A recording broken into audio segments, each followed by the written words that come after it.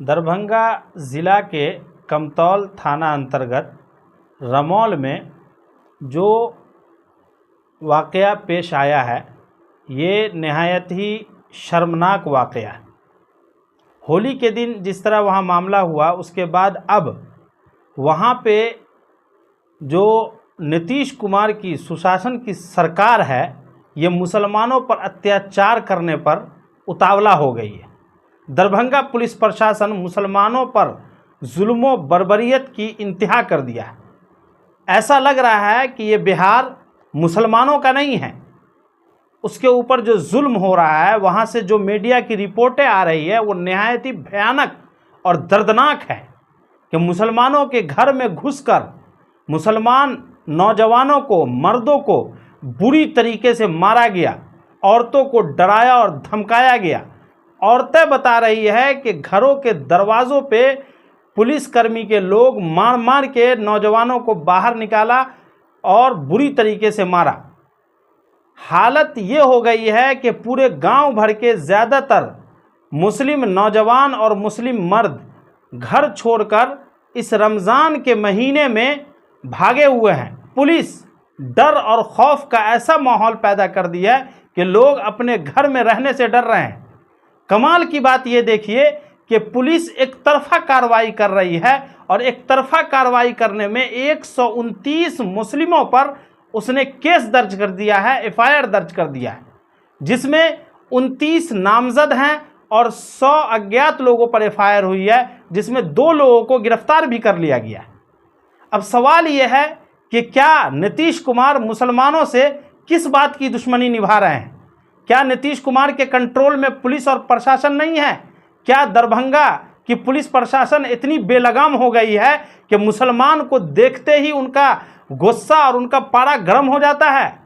क्या मुसलमानों को दरभंगा में रमज़ान के दिनों में भी शांति से रहने का अधिकार नहीं है? आखिर सोचिए कि क्या ऐसा हुआ कि मुसलमानों के ऊपर जुल्म और बर्बरियत का पहाड़ तोड़ दिया गया है। आप मीडिया की रिपोर्ट्स उठाकर देखिए, वहाँ के हालात कितने संजीदा हो गए, कितने खतरनाक हो गए।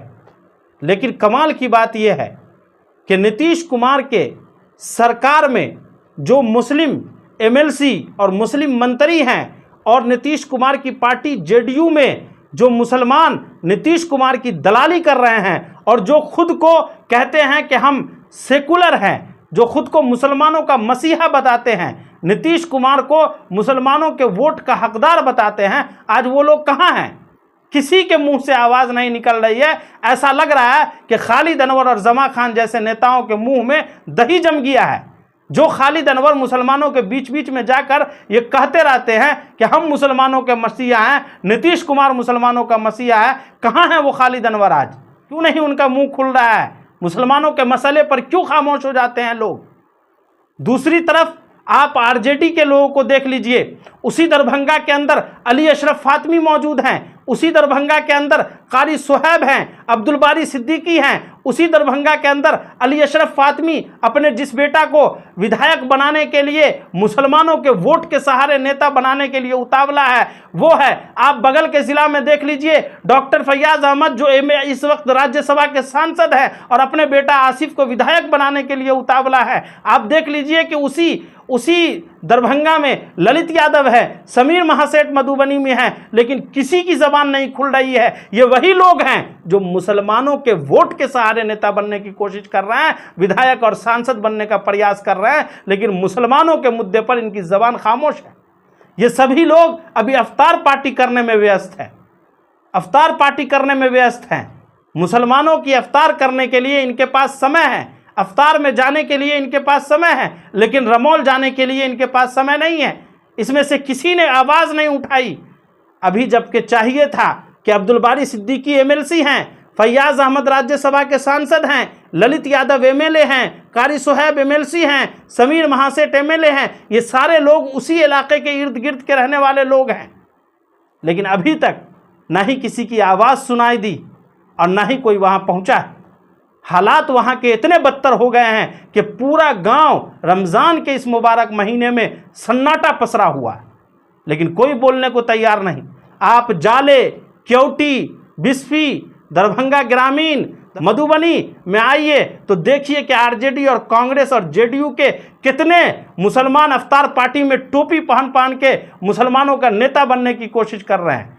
मैं आपसे कह रहा हूं कि मुसलमानों को आपकी इफ्तार पार्टी में आने की जरूरत नहीं है। आप टोपी पहने ना पहने, रुमाल लगाएं नहीं लगाएं, आप मुसलमानों के इफ्तार में शामिल हो नहीं हो, इससे मुसलमानों को कोई फर्क नहीं पड़ता। मुसलमान आपके साथ तब आएगा जब आप मुसलमानों के हालात को समझेंगे, मुसलमानों के मसाइल में आप खड़े होंगे।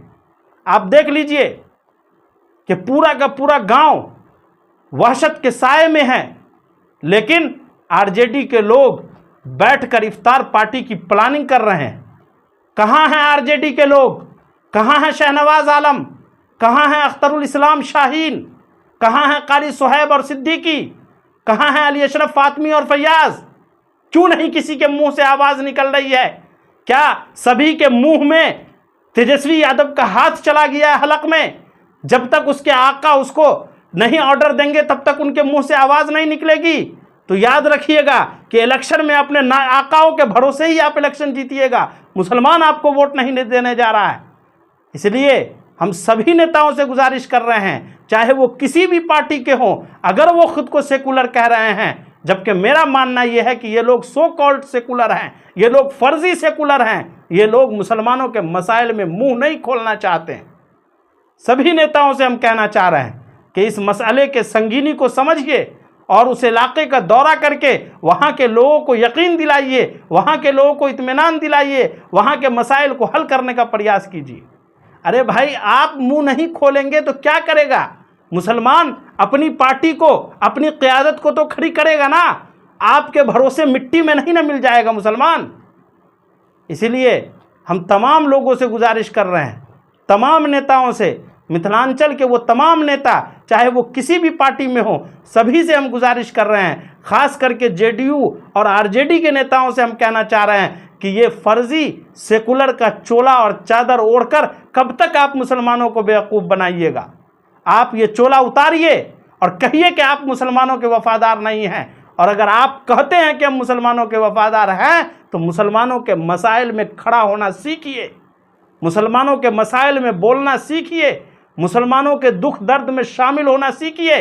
सिर्फ दुकान का उद्घाटन करके और इफ्तार पार्टी के खजूरे खा के और वलीमा और अकीका की दावत उड़ा के आप मुसलमानों का लीडर नहीं बन सकते। हालात इतने संजीदा हो गए। इससे पहले भी मुसलमानों के मसाइल को लेकर मिथिलांचल में जो मुस्लिम नेताओं की खामोशी देखी गई है, ये निहायत ही अफसोसनाक है और निहायत ही शर्मनाक है।